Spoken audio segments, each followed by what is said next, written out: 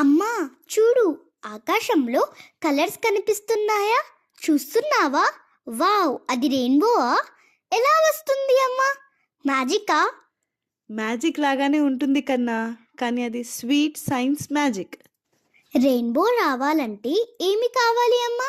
రెండు కావాలమ్మా, ఒకటి సన్, మరొకటి rain. Sun plus rain is equals to rainbow. Sun yellow కదా అమ్మా? కాదు కన్నా, సన్లైట్ నిజానికి వైట్ లైట్, కానీ ఆ వైట్ లో అన్ని కలర్స్ దాగి ఉంటాయి. రెయిన్ ఆగిపోయాక కూడా రెయిన్బో ఎలా వస్తుంది? రెయిన్ ఆగిన తర్వాత కూడా గాలిలో చిన్న చిన్న వాటర్ డ్రాప్స్ ఉంటాయి. సన్లైట్ వాటిలోకి వెళ్తుంది. అప్పుడు ఏమవుతుంది అమ్మా?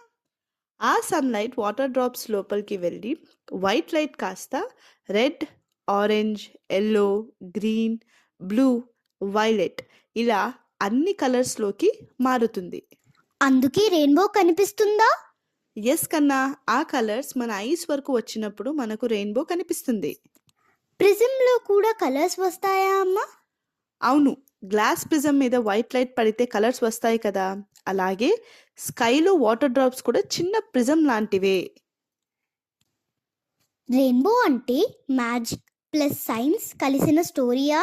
ఎస్ కన్నా, సన్లైట్ ప్లస్ వాటర్ డ్రాప్స్ కలిస్తే వచ్చే బ్యూటిఫుల్ సైన్స్ మ్యాజికే రెయిన్బో. ఇలాంటి చిన్న ప్రశ్నలకు సరైన సమాధానం తెలుసుకోవాలంటే వెంటనే సబ్స్క్రైబ్ చేయండి. చిన్న ప్రశ్న, పెద్ద సైన్స్, టైనీ థింకర్స్ తెలుగు.